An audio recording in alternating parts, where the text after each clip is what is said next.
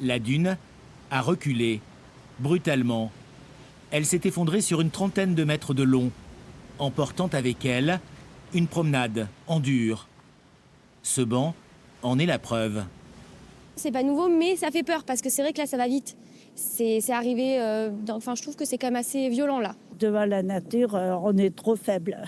C'est là qu'on se voit bien petit. De toute façon, on voit bien que l'océan approche de plus en plus vite.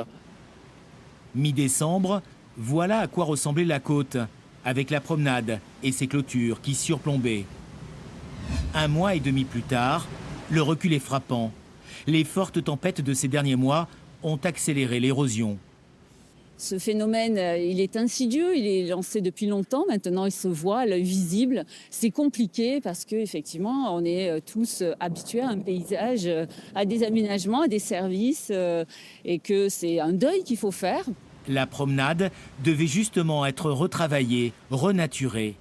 Un peu plus loin, le grand hôtel de la plage a été temporairement fermé.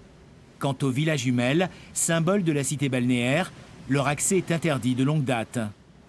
Au pied, sur la plage, les camions se succèdent, car le chantier hivernal de réensablement ne s'est pas arrêté.